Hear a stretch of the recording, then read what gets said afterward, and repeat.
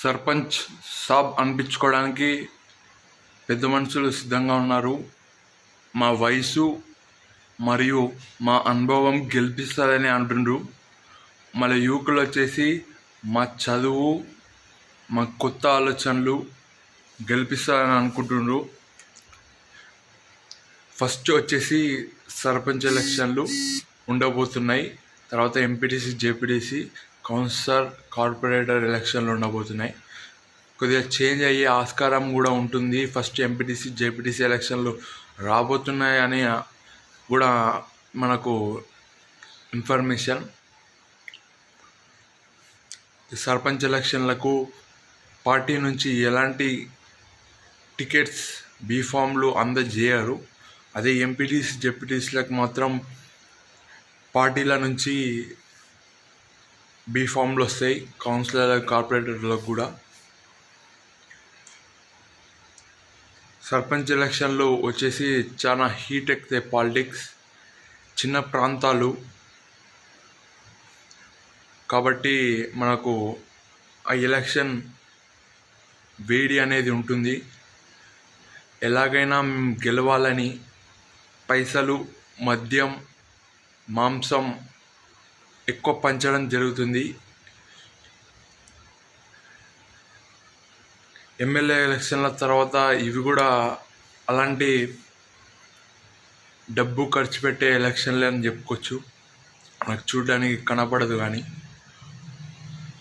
ప్రజలకు మంచి చేయాలి అన్న కన్నా డబ్బు పంచి గెలుద్దాం అని ఆలోచిస్తుంటారు. ఊళ్ళో ఏం సమస్యలు ఉన్నాయి అని ఇవి తెలుసుకున్నా కానీ ఫస్ట్ డబ్బు ఎక్కువ పంచుదాము అనే ఆలోచనతోనే ఉంటారు. అది తర్వాత ఇబ్బంది అవుతుంది ఊర్ల డెవలప్మెంట్లకి. ఇలా సర్పంచులు మా డబ్బుని సంపాదిద్దామని చూస్తుంటారు. మంచితనంతో నిజాయితీగా గెలిచిన వాళ్ళు లేరా అంటే ఉన్నారు, చాలా తక్కువ మంది. ఫస్ట్ నుంచి మనల్ని అలవాటు చేయడం జరిగింది. ఫస్ట్లో అంతగానం లేదు, కానీ తర్వాత కొద్దిగా ఇయర్స్ తర్వాత అలవాటు చేయడం జరిగింది. పైసలు, మద్యం, మాంసం దానికి అలవాటు పడి కొందరు మంచి అభ్యర్థులు కూడా ఓడిపోతున్నారు. వాళ్ళకు ఆలోచనలు కొత్తగా ఉంటాయి. వాళ్ళని నమ్మాలా లేదా అని ఆలోచిస్తుంటారు ప్రజలు. లేదు, మేము డబ్బుకే ప్రాధాన్యం ఇస్తాము, మాకెందుకు వాళ్ళు ఏమైతే, మాకు డబ్బు వచ్చిందా లేదా అని ఎవరు ఎక్కువ పైసలు ఇస్తే వాళ్ళకే ఓటు వేసే ఆస్కారం కూడా ఉంది.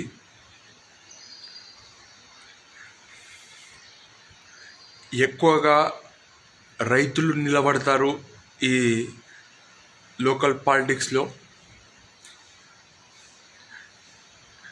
తర్వాత కొద్దిగా కొంతమంది మాత్రమే ఉద్యోగాలను ఉన్నవాళ్ళు నిలబడే అవకాశం ఉంటుంది, వదిలిపెట్టి నిలబడే అవకాశం ఉంటుంది. ఎక్కువ మంది పెద్దలకే ఈ పోటీ అని చెప్పుకోవచ్చు.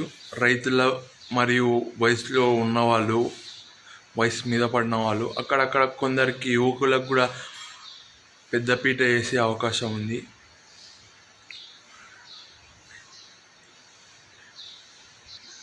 ప్రజలు పైసలకు జేగొడతారా లేదా ఎవరు డెవలప్మెంట్ చేస్తారా అని దానిపై ఆలోచించి ఓటు వేస్తారా అనేది ఎలక్షన్ల తర్వాతనే అభ్యర్థులను చూసి మనం కొద్దిగా దానిపైన వర్క్ చేసిన తర్వాత మనకు తెలిసిపోతుంది.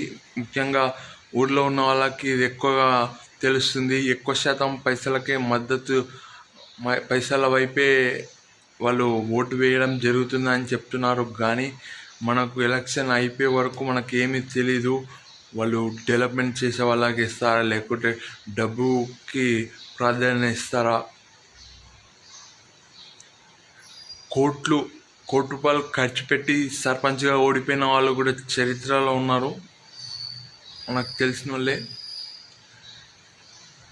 మామూలుగా ఖర్చు పెట్టి గెలిచిన వాళ్ళు కూడా ఉన్నారు.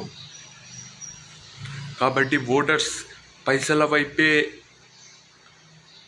ఓటు వేస్తారా అనేది అంత నమ్మదగిన నిజం కాదు. బీసీలకు ఈసారి పెద్దపీట వేయబోతున్నారు అని మనకు ఇన్ఫర్మేషన్. ఫస్ట్ కాంగ్రెస్ స్టార్ట్ చేయబోతుంది, తర్వాత కాంగ్రెస్ని చూసి బీఆర్ఎస్ చూసి బీజేపీ, ఇవి మూడు బీసీలకి ప్రాధాన్యత ఇవ్వబోతున్నాయని మనకి ఇన్ఫర్మేషన్.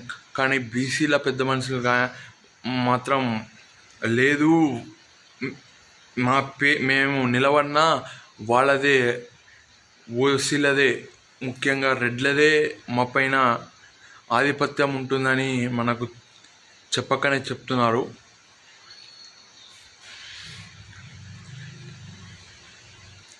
ఈసారి టికెట్ ఇవ్వకపోయినా మేము నిలబడతాము సర్పంచ్లుగా అని అంటున్నారు.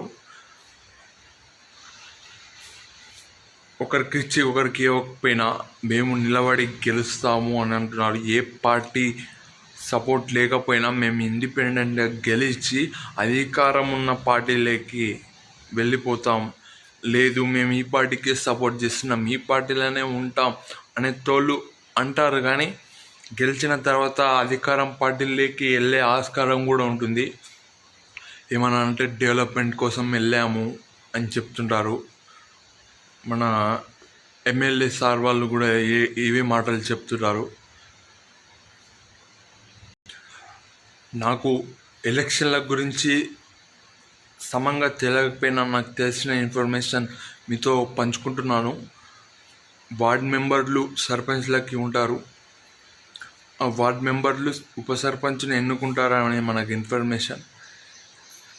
సర్పంచ్ అనేది ప్రజలు డైరెక్ట్గా ఓటేస్తారు అని మనకు ఇది ఇన్ఫర్మేషన్. తప్పుగా చెప్తే క్షమించండి. ఎంపీటీసీ జెడ్పీటీసీ ఎలక్షన్లు, ఎంపీటీసీ గెలిచిన వాళ్ళు ఎంపీపీని, జెడ్పీటీసీల గెలిచిన వాళ్ళు జిల్లా పరిషత్ చైర్మన్ని ఎన్నుకోవడం జరుగుతుంది.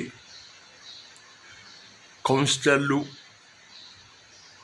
చైర్పర్సన్ని, మున్సిపల్ చైర్పర్సన్ని ఎన్నుకోవడం జరుగుతుంది. కార్పొరేటర్లు జిల్లా కార్పొరేటర్ చైర్మన్ని ఎన్నుకోవడం జరుగుతుంది. అన్నిటికన్నా సర్పంచ్లకే ఎలక్షన్లో ఎక్కువ ప్రాధాన్యత ఉంటుంది. ఊళ్ళో గెలిచి మా పెద్దరికం చూపిద్దామని పేరు కోసం కూడా నిలబడే వాళ్ళు ఉన్నారు. జస్ట్ నామినేషన్ వేసి నిలబడే వాళ్ళు కూడా ఉన్నారు.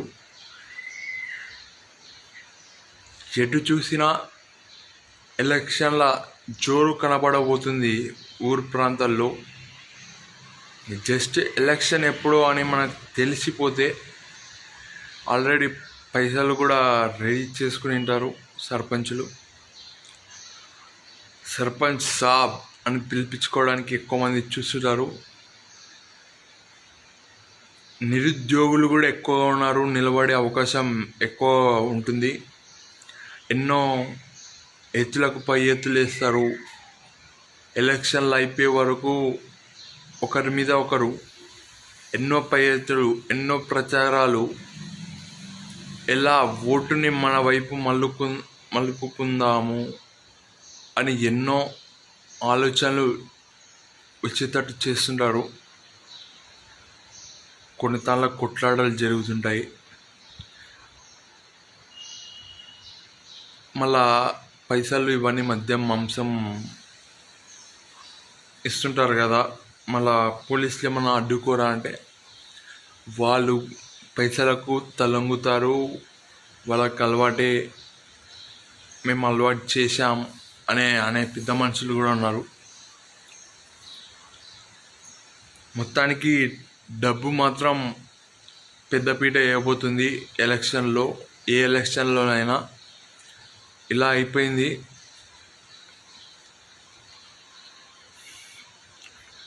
అక్కడక్కడ అభ్యర్థులని చూసి వేయడం కూడా జరుగుతుంది. ఎక్కువ శాతం అభ్యర్థులను చూస్తారా అనే సందేహం మనకి. వాళ్ళ నమ్మకాన్ని గెలిచిన వాళ్ళకు కూడా ఓటు వేసి గెలిచిన వాళ్ళు ఉన్నారు. ఎన్నోసార్లు పోటీ చేసి ఓడిపోయిన సర్పంచులు కూడా ఉన్నారు. ఈసారైనా గెలుస్తాము అని అలానే నిలబడుతున్నారు. వాళ్ళకి విజయం చేకూరాలి, ప్రజలకు మంచి చేయాలి అని నేను అనుకుంటున్నా. మళ్ళీ నా ఎలక్షన్ల ప్రచారానికి నేను కొన్ని ఊళ్ళకి వెళ్ళి అక్కడ ఉన్న పాలిటిక్స్ గురించి అడిగి తెలుసుకుందాం అనుకుంటున్నా. ప్రజల సమస్యలపై కూడా ఫోకస్ చేస్తారని భావిస్తున్నా. ఈ లోకల్ ఎలక్షన్లు, సర్పంచ్ల ఎలక్షన్లు ఏమనంటే వాళ్ళు రోడ్లు వేద్దాం, కాలువలు ఊళ్ళో కాలువలు కట్టిద్దాం, బళ్ళు కట్టిద్దాం అని ఇవే చెప్తుంటారు. కొన్ని తాళ్ళ సర్పంచులు అవైలబుల్గా ఉండాలి. ఊరిని వదిలి వెళ్ళిపోవడం జరుగుతుంది. ఇలాంటి సర్పంచ్లాగా మేము ఓటు వేసేది మా ఊర్లో ఉండి తోళ్ళకు కూడా వేద్దామనే వాళ్ళు కూడా కొత్త ఆలోచనలు వస్తున్నాయి ప్రజలకు. మనకు అవైలబుల్గా లేడు, మనము వేరే ప్రాంతాల్లో ఉంటాడు సర్పంచ్ అని అంటున్నారు. మళ్ళీ సర్పంచులు పెద్ద మనుషులు మాత్రం ఎట్లా వాళ్ళు ఏది కావాలన్నా మన టౌన్కి రావాల్సి వస్తుంది అని చెప్తుంటారు. వాళ్ళ వ్యాపారం కోసం కూడా కొందరు సర్పంచులు ఇక్కడనే మన సిటీలలో, టౌన్లలో ఉంటుంటారు. మళ్ళీ మండలాల్లో ఈ మంచి పనులకు సర్పంచులు మండలాల్లో హెల్ప్ చేయరా అంటే మనకు తెలియదు, అంత అవగాహన లేదు నాకు.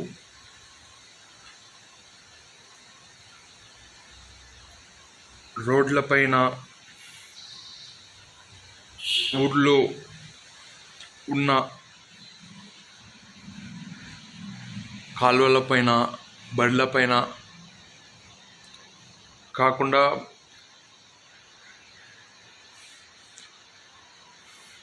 ప్రజలకు ఎలా మంచి చేయాలి, వాళ్ళ డబ్బు ఎలా మంచిగా ఖర్చు పెట్టాలి, ఎలా తినకుండా అని చేసేవాళ్ళు తక్కువ.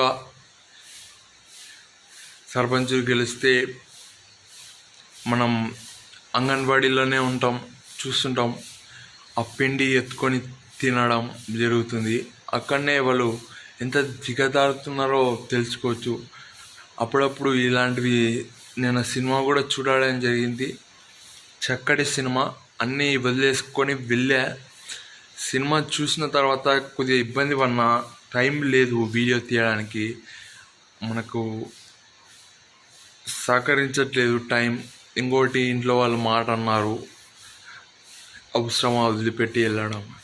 కొంచెంసేపటి వరకు మైండ్ అంత పని చేయలేదు. ఎంతో వివరంగా, ఎంతో మంచిగా చెప్దాం అనుకున్నాను నేను ఆ వీడియో, మూవీకి వెళ్ళే వీడియో, కానీ చెప్పలేదు. ఎందుకంటే ఇవన్నీ డిస్టర్బ్ చేశాయి. ఎక్కువ మంది మన వీడియో కూడా చూడలేదు, అందుకోసం డిసప్పాయింట్ అయ్యి మరి సమంగా తీయలేదని చెప్పుకోవచ్చు. దాంట్లో సినిమాలో కూడా చూపిస్తారు, కుబేరా సినిమాలో ఇలా రాజకీయం వ్యాపారస్తులు గులాబీదారులుగా ఉంటారు. పాలిటిక్స్ లీడర్స్కి, ముఖ్యంగా అధికారం ఉన్న వాళ్ళకి. నేను వీడియో చాలా టఫ్గా వచ్చిందని చెప్పుకోవచ్చు. టైం సరిపోలేదు, మైండ్లో ఎన్ని ఆలోచనలు అన్నీ ఎదిరించి మరి వీడియో తీసా, కానీ నేను ఆ వీడియో డిసప్పాయింట్ చేయడమే జరిగింది. కొద్దిగా మంచి ఇన్ఫర్మేషన్ ఇచ్చా. మన గద్వాల్లో రివ్యూ ఇవ్వడం చాలా తక్కువ మంది ఉంటారు. మన గేట్ బయట కూడా కనపడ్డారు. ఇది ఎలక్షన్లు రాబోతున్నాయి. మరి ప్రజలు ఎటువైపు ఉంటారు? మంచితనం వైపా, అదే డెవలప్మెంట్ చేసే వాళ్ళపై ఓటు వేస్తారా, లేకపోతే పైసలు తీసుకొని ఓటు వేస్తారా, లేకపోతే పైసలు మరియు ఎవరు డెవలప్మెంట్ చేస్తారు అనే ఆలోచనలో ఉంటారా? ఎటువైపు ఓటర్లు ఓటు వేస్తారా అనేది ఎలక్షన్ల తర్వాతనే, అన్నీ మనం తెలుసుకున్న తర్వాతనే చెప్పగలం. ఈసారి కొత్త ఓటర్స్ కూడా సిద్ధంగా ఉన్నారు. చదువుకున్న యువకులు కూడా ఎక్కువ మంది పెరిగారు ఊర్లలో. మళ్ళీ వాళ్ళు ఏం ఆలోచిస్తున్నారు అనేది ఒక ప్రశ్ననే. కానీ పెద్ద మనుషులు మాత్రం డబ్బు వైపే మొక్కు చూపుతారు. వాళ్ళు మనం ఎంత మంచి చేస్తామనేది రెండోది. వాళ్ళు డబ్బు ఫస్ట్ చూస్తారు, తర్వాత మనకు ఎవరు మంచి చేస్తారు అని చూస్తుంటారు అని చెప్తారు. ఇప్పటికే సిద్ధమైంటారు అందరూ, ఈసారి నేను నిలబడతా అనేది. నిలబడే వాళ్ళపైన కూడా ఎంతో రాజకీయం చేయబోతుంటారు. వద్దు, నిలబడొద్దు అని చెప్తుంటారు. ఎన్నో ప్రయోగాలు ఈ చుట్టుపక్కల నుంచి ఎంతోమంది మనల్ని వచ్చి ఎలాగైనా వీన్ని నిలబడకూడదు అని పెద్ద మనుషులు చెప్పిస్తుంటారు. వాడిని నిలబడద్దు, నిలబడేటట్టు చేయకండి. ఇంటికి వెళ్ళి బతమాలుతారు. ఒకరిపైన ఒకరు నిలబడద్దు, ఈసారి నేను నిలబడుతున్నా అని చెప్తుంటారు. ముఖ్యంగా మనం ఎమ్మెల్యే ఎలక్షన్లకు కూడా చూసాం. ఒకరిపైన ఒకరు నిలబడితే వద్దు అని పార్టీ వాళ్ళు వచ్చి నచ్చదెప్పడం జరుగుతుంది. అలానే ఊర్లో కూడా జరిగే ఆస్కారం ఉంది. కానీ ఊర్లో మాత్రం ఎదిరించి మరి అతను నిలబడితే నేను నిలబడలేనా, అతను నేను సేమ్ పని చేశాం కానీ అతనికి పెద్ద బిడ్డ వేసారు. ఈసారి బీసీలకు కూడా మంచి అవకాశం ఇవ్వబోతున్నారు. సంతోషం అనే చెప్పుకోవచ్చు బీసీలకి. ఇంకా వచ్చే ఎలక్షన్లకి ఆడవాళ్లకు పెద్దపీట వేయబోతున్నారని కూడా మనకి ఇన్ఫర్మేషన్. ఎమ్మెల్యేల ఎంపీల ఎలక్షన్లకి మహిళలకి కొద్దిగా రిజర్వేషన్ ఇచ్చారు. మరి మళ్ళీ ఒకసారి మగ జాతి బాధపడడం జరగబోతుంది. ఆల్రెడీ మన రిజర్వేషన్లు ఉండడం, తర్వాత మళ్ళీ ఈ రిజర్వేషన్ రావడం వల్ల కొందరు డిసప్పాయింట్ అవుతారు. కానీ మహిళలు మాత్రం సంతోషపడే అవకాశం ఉంది. వాళ్ళకు కూడా రాజకీయం పైన పేరు ఎక్కువగా ఆశిస్తారు. తర్వాత వాళ్ళకు ఇచ్చే రెస్పెక్ట్ కోసం వాళ్ళు కూడా సంతోషించే అవకాశం ఉంటుంది. కొద్దిగా కష్టమైనా ఓకే, మంచి డిసిషనే అని చెప్పుకోవచ్చు మన కేంద్రం, సెంట్రల్ గవర్నమెంట్ తరపున. ఈసారి కాంగ్రెస్ వాళ్ళు మా అభ్యర్థులు గెలుస్తారు, మేము ఎంతో ప్రజలకు మంచి చేశాము అని వాళ్ళు చెప్తున్నారు. బీజేపీ మాత్రం లేదు, వాళ్ళు అంతగా ఏం చేయలేదు. బీజేపీ మాత్రం మేము సెంట్రల్ నుంచి ఎన్నో ఫండ్స్ ఇచ్చాము, మా వైపునే ప్రజలు నిలబడతారు. బీఆర్ఎస్ ఈసారి ఎలాగైనా మేము అధికారం సాధించాలి, వాళ్ళు ఏమీ చేయలేదు. ప్రజల కోసం ఎన్నో డమ్మీ హామీలు ఇచ్చారు. ఎంతో రైతు బంధు ఇస్తామని చెప్పి తర్వాత తక్కువ ఇచ్చారు. ఉన్న రైతు బంధు కూడా తీసేశారు. ఎన్నో ఫేక్ హామీస్ ఇచ్చారు అని మనకు తెలిసిపోతుంది. టగ్ ఆఫ్ వార్గా నడవబోతుంది ఈసారి. 3 పార్టీస్ నుంచి టగ్ ఆఫ్ వార్ ఉండబోతుంది.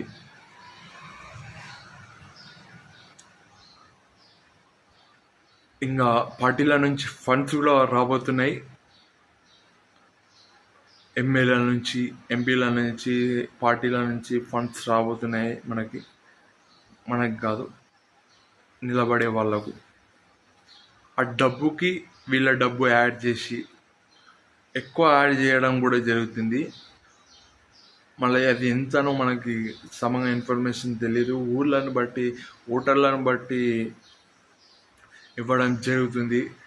ఎక్కువ మంది ఓటర్స్ ఉన్న కాడ ఎక్కువ డబ్బు పంచడం జరుగుతుంది. ఎక్కువ మాంసం, మద్యం పంచడం జరుగుతుంది. ఎవరు అవునన్నా కాదన్నా ఈ పాలిటిక్స్ మాత్రం పైసలు ఇచ్చి జరుపుతున్నారు. అది ఎంతో డ్యామేజ్ చేయబోతుంది. రాజకీయం మన ఎవరైతే ఉద్యోగాలు చేస్తున్నారో గవర్నమెంట్ ఉద్యోగాలు వాళ్ళని ఇబ్బంది పెట్టే ఆస్కారం ఉంటుంది. ఇప్పుడు వీళ్ళు పైసల కోసం ఇలా పంచి గెలవడం వల్ల ఆ ఉద్యోగస్తులు వీళ్ళకు సహకరించాలి. ఎందుకంటే వాళ్ళు డబ్బు పెట్టి పంచి గెలిచారు కాబట్టి డబ్బు ఎక్కువగా సంపాదిద్దాము అని వాళ్ళు ఉంటారు. కొందరు మాత్రం ఎలక్షన్ వచ్చేసరికి నిలబడదామనే ఆలోచనలో ఉంటారు. కొంత ఆలోచనలు ఉంటాయి. కొందరికి మాత్రం నిలబడదాం అని అనుకుంటారు. ముఖ్యంగా సర్పంచులు, ఎంపీటీసీలు, జెడ్పీటీసీల కొడుకులు, మనవళ్ళు మాత్రం వాళ్ళు పుట్టినప్పటి నుంచే సర్పంచ్ అనే ఈ పేర్లతో పిలిపించుకుంటారు. ఇంకా ఉద్యోగాలు చేయనోళ్ళు ఈ పాలిటిక్స్ వైపే వస్తుంటారు. ఆల్రెడీ పిల్లలు కూడా 24 ఏళ్ళు, 21 ఏళ్ళు అనుకుంటా మన సర్పంచ్గా నిలబడడం. ఇంకా ఈ వయసు వచ్చేసరికి వాళ్ళు రెడీగా ఉంటారు. నేను నిలబడదామని.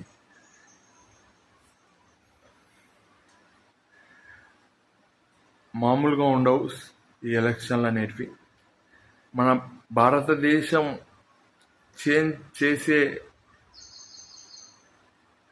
ఎలక్షన్లు అని చెప్పుకోవచ్చు. ఎవరు వచ్చినా మారదు దేశం.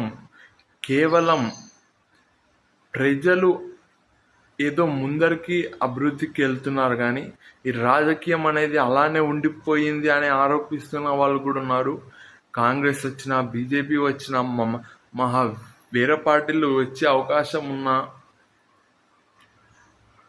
మారవు. రాజకీయం అనేది బల్ల గుద్ది మరీ చెప్తున్న పెద్ద మనుషులు.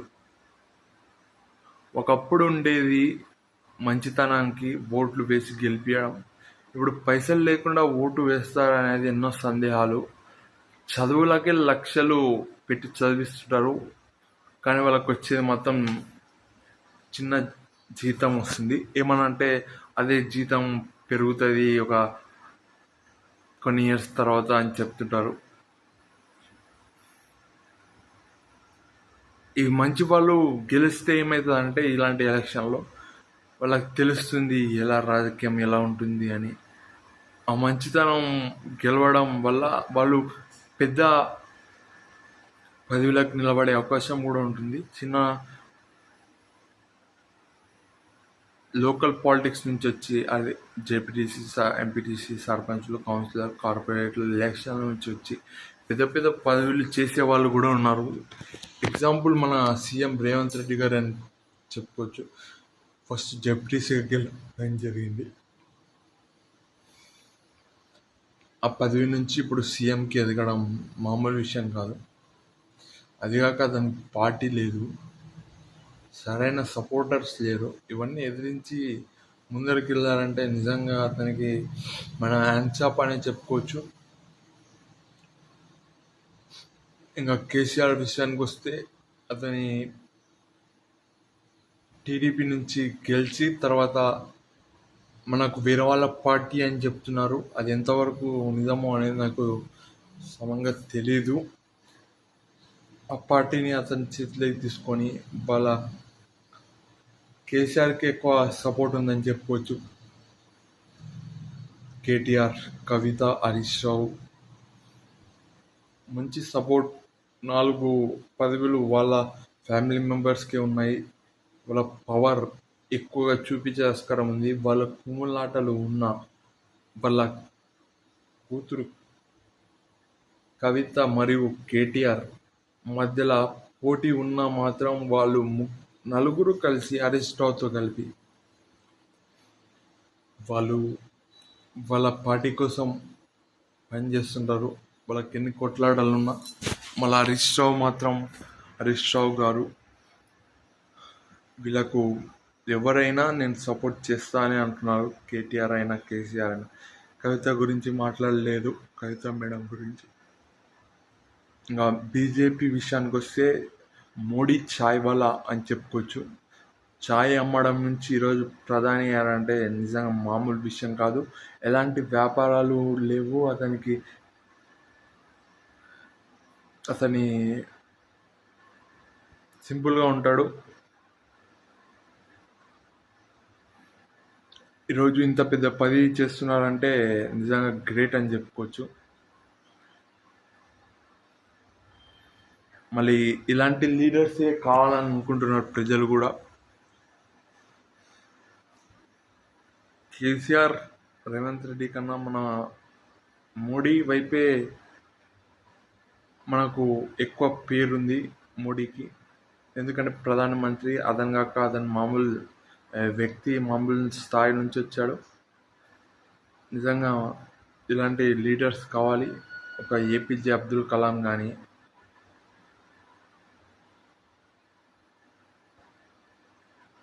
మరి మన వాజ్పేయి, రాహుల్ గాంధీ ఫ్యామిలీ నుంచి గాంధీలు,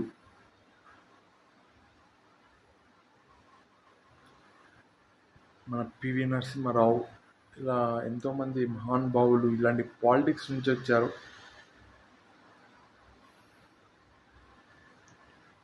మరి ప్రజలు ఎటువైపు మొగ్గు చూపుతారు అనేది ఎలక్షన్లు తేలే వరకు మనం ఏమీ చెప్పలేమని చెప్పుకోవచ్చు. ఎన్నో లక్షలు పోసి చదివిస్తున్నారు విద్యార్థులని. అది ఎంత ప్రమాదం అవుతుందో అనేది మామూలు విషయం కాదు.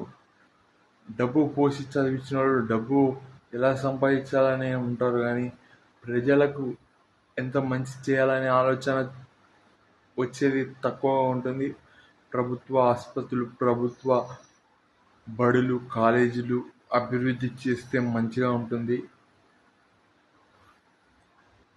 అని చెప్తున్నారు మన కొంతమంది మంచి,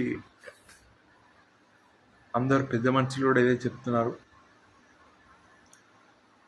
వైద్యం, విద్య, మంచి మనకు జాబ్ కూడా ఎక్కువ కల్పిస్తే బాగుంటుందని. నిరుద్యోగం కూడా ఎక్కువ అయింది మన భారతదేశంలో. ఈ లేబర్ వర్క్ చేయడానికి ఆలోచిస్తున్నారు. సాఫ్ట్వేర్ అంటూ ఫారెన్కి వెళ్తున్నారు. ఫారెన్లో వాళ్ళు ఎన్నో తిప్పలు పడుతున్నారు. భారతదేశానికి దక్కాల్సిన మంచి సక్సెస్, ఇంతమంది జనాభా ఉన్నారు. 130-140 కోట్ల జనాభా ఉన్నారు భారతదేశంలో. 120 అనుకుంటా. ఇంతమంది జనాభా ఉన్న మన భారతదేశం ముందరికి వెళ్ళట్లేదంటే నిజంగా బాధాకరం. బ్రిటిషర్లు రాకన్నా ముందు మన భారతదేశం, బ్రిటిషర్లు మొఘళ్ళు రాకన్నా ముందు మన భారతదేశం అనేది నెంబర్ 1 స్థానంలో ఉందని మనకు రికార్డులు చూపిస్తున్నాయి. డబ్బులలో గోల్డ్, డబ్బు, ఎక్కువ సేవ్ చేసేవాళ్ళు గోల్డ్ వైపు. మన రాజులు గోల్డ్ని ఎక్కువగా సంపాదించి పెడుతుంటారు. అక్కడక్కడ నాణ్యాలు కూడా ఉంటాయి మన భారతదేశంలో. ఒకప్పుడు మనది ఎంతో మంచి పైసలు కలిగిన భారతదేశం అని మనకు రికార్డ్స్ చెప్తున్నాయి. మరి ఇది నమ్మాల్సి వస్తుంది. మరి అభ్యర్థులు ఎవరైనా సరే ఈసారి ఓటు వేసేటప్పుడు ఒక్కసారి ఎవరు డెవలప్మెంట్ చేస్తారు, ఎవరు ప్రజలకు అవైలబుల్గా ఉంటారు అని ఆలోచించండి. ఇంకా లీడర్లో వచ్చేసరికి మీరు వాళ్ళ నమ్మకాన్ని ఎలా సంపాదించాలని మీరు ఆలోచించండి. డెవలప్మెంట్ గురించి కూడా ఆలోచించండి. ఎప్పుడు ఎంత డబ్బు ఎక్కువ ఖర్చు పెట్టి పోటీ మీద పోటీ పంచి తర్వాత మీరు ఇబ్బంది పడి ఊర్లో వాళ్ళని ఇబ్బంది పెట్టకండి. వాళ్ళు డెవలప్మెంట్ కోరుకుంటారు. ఎంత పైసలు తీసుకున్నా ఊరికి ఏం చేసావు అని మీకు క్వశ్చన్ కూడా వస్తుంది, అపనింద కూడా వస్తుంది. ఇప్పుడు 3-4 సార్లు సర్పంచ్ గెలిచిన వాళ్ళు కూడా ఉన్నారు. వాళ్ళకే తప్పట్లేదు అతను ఏం చేశాడు, కానీ అతన్నే గెలిపిస్తుంటారు. ఇది ప్రజలు మారరా అనే ఆలోచన కూడా వస్తుంది. మరి ఈసారి ఆ ఓటు వేసేటప్పుడు మంచిగా ఆలోచించి ఓటు వేయండి. కొత్త ఓటర్స్ కూడా చెప్తున్నా, ఒకసారి మంచిగా ఆలోచించి ఓటు వేయండి. ఇంకా యూత్ నిలబడొచ్చా అనే డౌట్ వస్తే మీకు నిలబడచ్చు అనే చెప్తాను నేను. ఎందుకంటే ఇది మంచి ప్రజాసేవ అని చెప్పుకోవచ్చు. మనం కూడా యాక్టివ్ అవుతాం. ఇలాంటి మంచి పనులు చేయడం వల్ల మనకు కూడా ప్రజల నుంచి గుర్తింపు వస్తుంది. ప్రజలకు ఎంత మంచి చేయాలనే దానిపైన ఆలోచించండి. తర్వాత మీకు ఇండైరెక్ట్గా ఎంత హెల్ప్ రాబోతుంది మీకు అనేది చెప్పడం కన్నా మీరు చూడడం మంచిది. నువ్వు ఒక మంచి పని చేసి చూడు, అది నీకు ఇండైరెక్ట్గా ఎలా వస్తుందో వస్తుంది. అది నిజం. ఇప్పుడు నేనే ఉన్నా, ఇలా వీడియోస్ తీసుకుంటూ వెళ్తున్నా, అక్కడక్కడ గుర్తుపట్టి వ్యాపారం చేసే వాళ్ళు కూడా ఉన్నారు. వచ్చి వస్తువులు కొంటున్నారు. నా వీడియోస్ చూసిన వాళ్ళు మా ఊరోళ్ళు కానీ మరియు బయట ఎక్కడైనా వీడియో చూసి తీసేటప్పుడు ఈ పిల్లగాడు ఉన్నాడు, ఈ పిల్లగాడిని కడుక్కుందాం అనే వాళ్ళు కూడా వస్తుంటారు. కాబట్టి మీరు మంచి వైపు నిలబడండి. చెడ్డ పండు మంచి పండు పక్కన పెట్టండి, మంచి పండే తీసుకుంటారు. కాబట్టి మంచి పండు లాగానే ఉండండి, మంచిగా ఉండండి. Thank you.